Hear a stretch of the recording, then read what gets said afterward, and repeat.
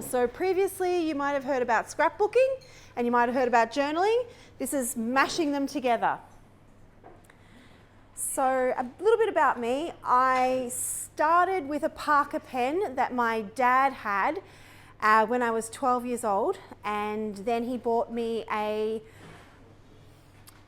Schaefer pen set that was for calligraphy, and that kind of kicked off my passion for fountain pens. But as time went on, I sort of let the pens go and got into computer programming, and it was all about computers for me for a really long time. Dad was right in giving me that Schaefer pen set because apparently my handwriting was atrocious. And you know, when you're 12, you probably don't want a pen set. I know I wanted a set of coloured pencils, and I didn't get those coloured pencils. I did get some, but not the 144 box that I wanted. I believe I got a 36 box, and I didn't let him forget about it. He was really upset about me for that. But anyway, he was the right choice, and about 6 months later, after I'd learned a little bit of calligraphy and improved my handwriting, I said, "Oh, you know, Dad, you were right." And he said, "One day you can take this Parker and it'll be yours." I never got that Parker.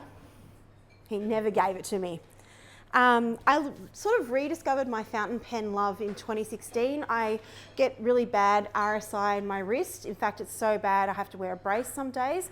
And I found it was a lot easier to write with fountain pens than with big pens. And being a high school teacher, all I did was correct. So this is where I started back in with fountain pens. I started with one pen, vintage Estabrook.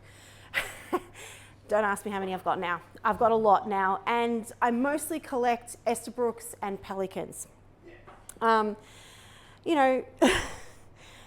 lockdowns happen, this is when I really sort of discovered where I could blend my love of art with my love of writing.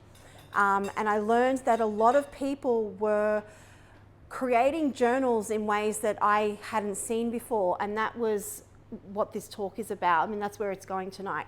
But before I get to that point, I'm going to talk you through the different stages of how we got to this fairly new hobby.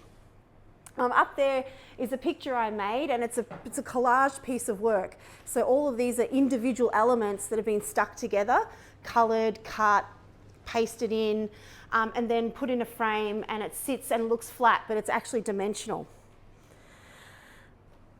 What is scrapbooking? And some of you might know what scrapbooking is, but it started way back with something like this. Oops, cards are falling out. And this is a very old, I guess it's a scrapbook, but it's more of a, card collecting book.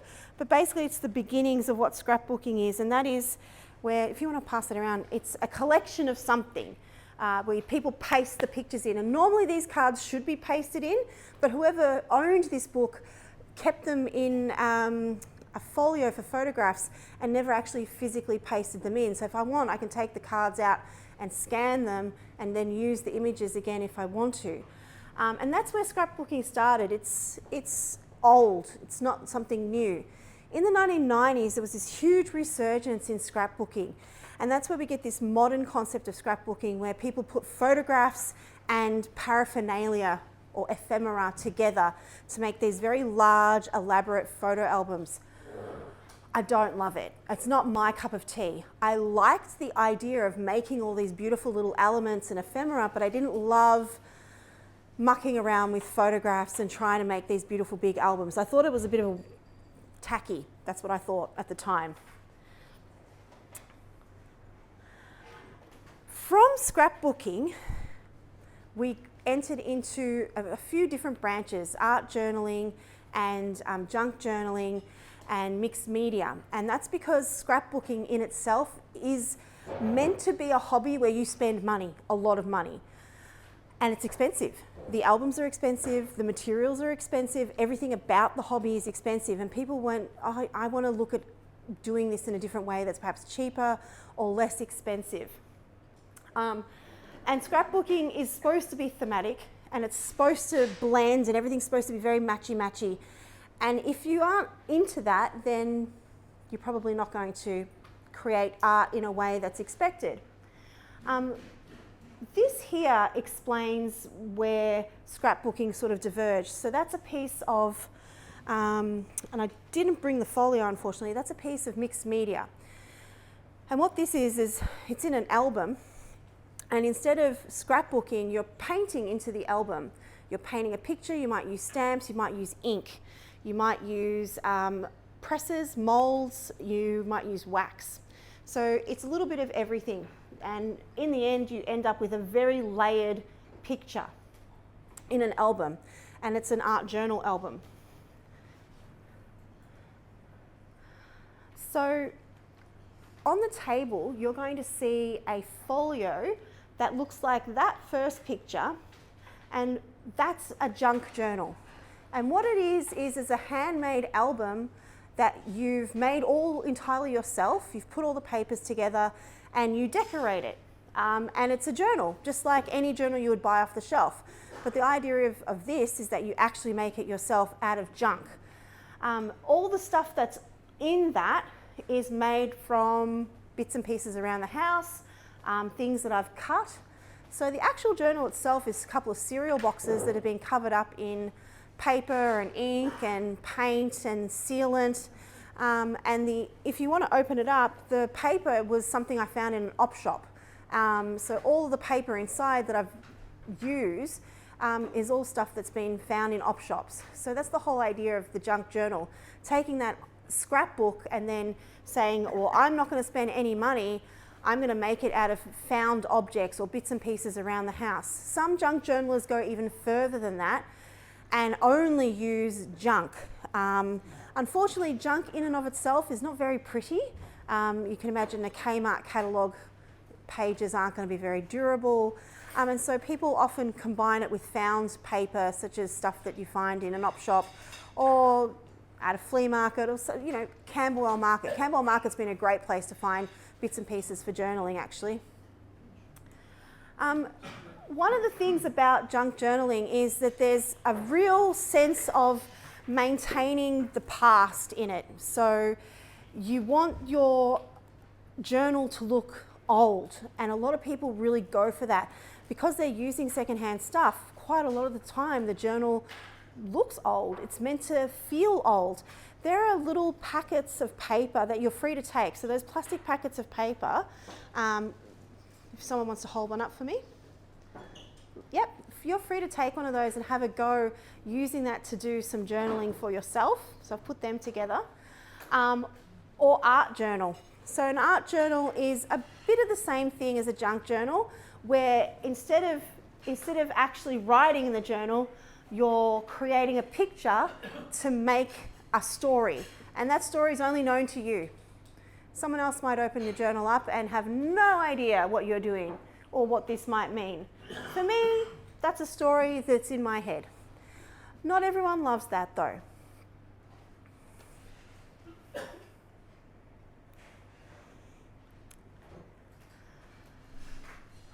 And that's when you get these two types of journaling. So you've got mindfulness journaling. I think everyone knows about that these days. It really came about in lockdown. A lot of young people lived alone and were stuck alone. And what they started to do was record their day. Because their day was so monotonous and so alone, they might have only had balcony access for most of the day. If they were lucky enough to be in an apartment with a balcony, they started to write more about their internal thoughts because they weren't going outside and really talking to friends. And in order to keep track of the time, and especially in Melbourne with the 220 days of lockdown, they began bullet journaling. And bullet journaling is really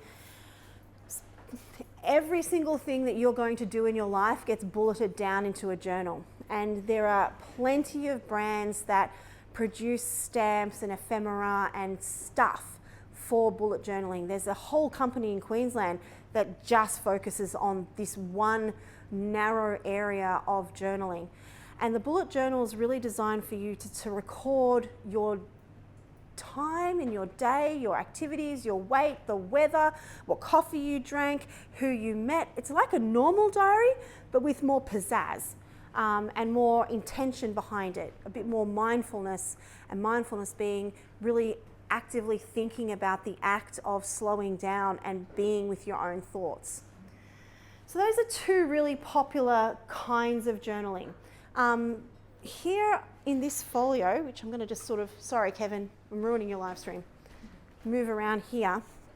This folio here, I took with me travelling to Hobart, and this page back here isn't exactly a, it's not exactly, if you want to pass it around, it's not exactly a bullet journal because I don't like bullet journaling, but it kind of gives you the sense of how everything's very laid out, neat, there's structure, it's very precise. That page there is actually a page sort of swatching out everything I bought with me on holiday, which was 3 coloured pencils, 3 inks, 2 fountain pen inks, a fountain pen, and obviously the journal case, plus I had all the stickers, and it kind of set the tone for the colour scheme of the journal, and it also set the tone for what I was going to write about, which was that this is one of the forms that is on the rise, the swatch book, where people buy a lot of stuff. They buy a lot of paper and ink and paints, but they don't really paint with it. They might not have the desire to paint with it, they just swatch it out. They make these huge elaborate swatch books in the style of the swatch books from the early part of the 19th century, where they would go around and show manufacturers, this is what I make, and this is what we produce, especially in France, where they make those beautiful swatch books of stickers, that, all those stickers, they were paste-ons and labels and charts. So this idea that we're making something look old out of modern equipment.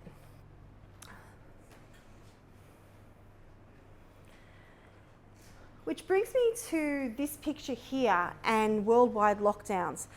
During lockdowns, people were so involved in their own little selves, and they couldn't go out, and there was no travel pictures, and there was no pictures having dinner. So it got really narrow and focused down in and on itself. And this is where scrapbook journaling took this huge rise, in part due to Instagram and in part due to layouts like this. Now, I'm a terrible photographer, but there are people who do this so much better than me. And they've amassed this huge amount of following, but most importantly, brands have picked up on it and decided to produce stuff for this group of people in collaboration with them. Perhaps they might sponsor these people, but the point is that lockdown presented the opportunity for creative people who were also quite organised, who loved stationery and journaling, to produce these feeds that were just narrowed down on their stationery.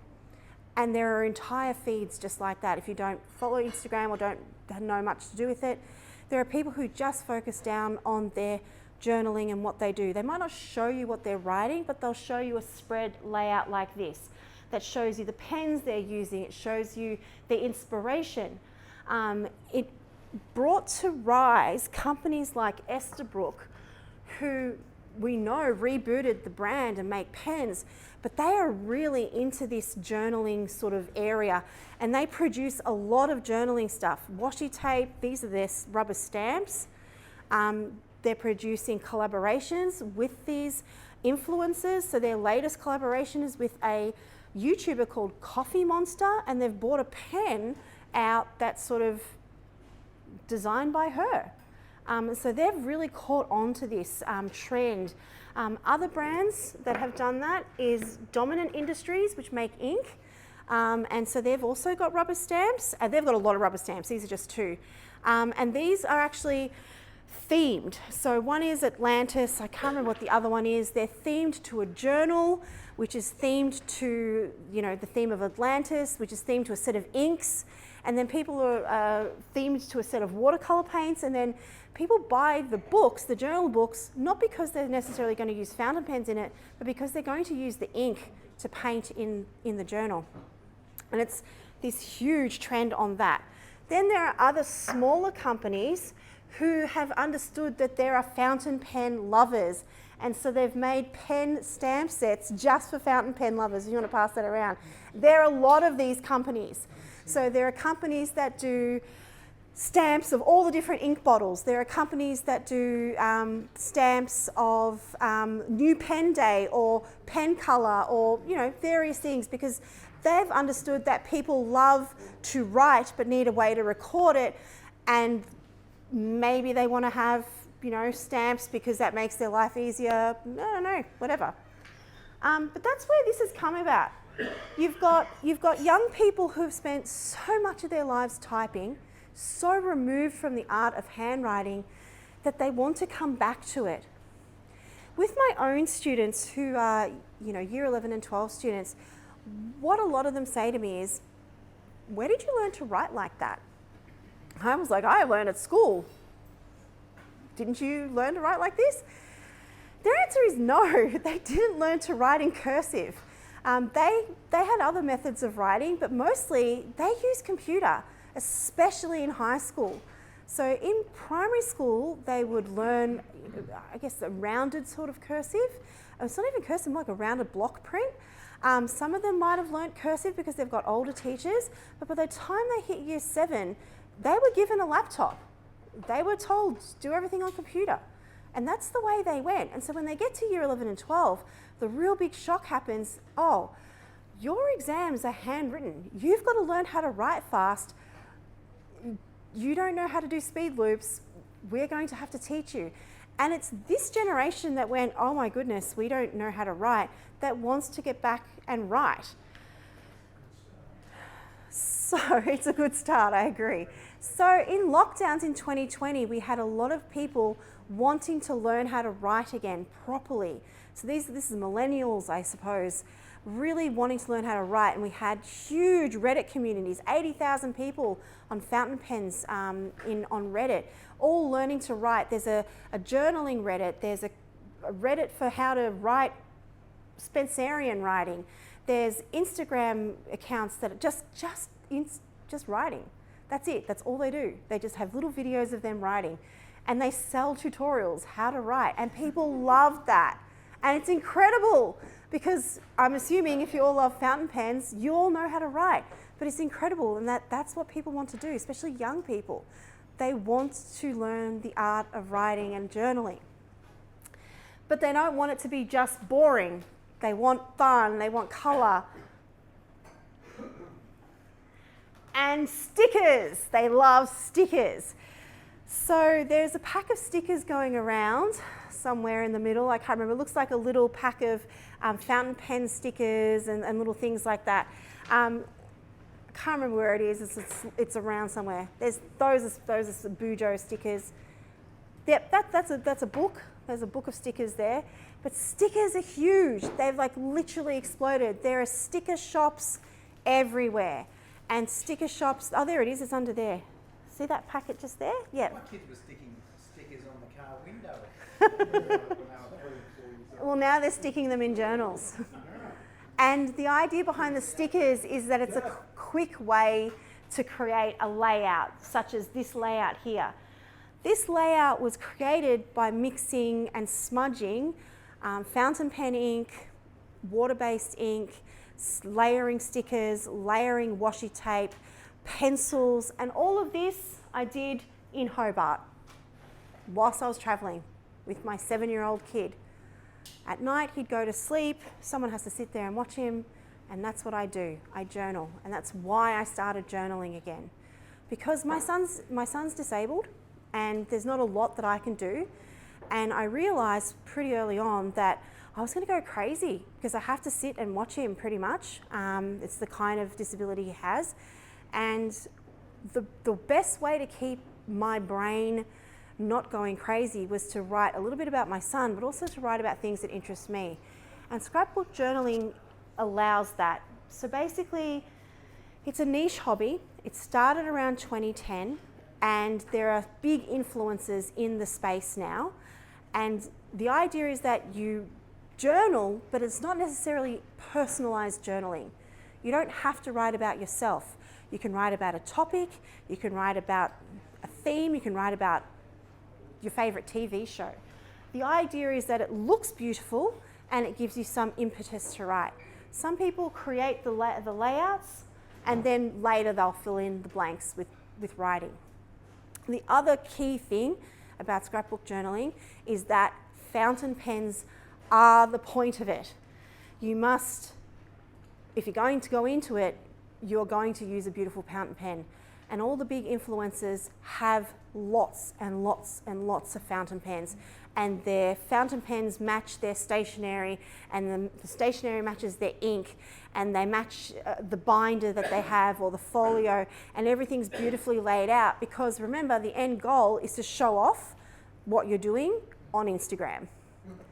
I'm like, this is the generation that loves to show off what they're doing on Instagram, and if it's all matchy-matchy and beautiful, you'll get followers, and with followers you get brand attention, and with brand attention you get people sending you free pens. So some of the well-known companies are Ferris Wheel Press, Canadian company, started as a Kickstarter.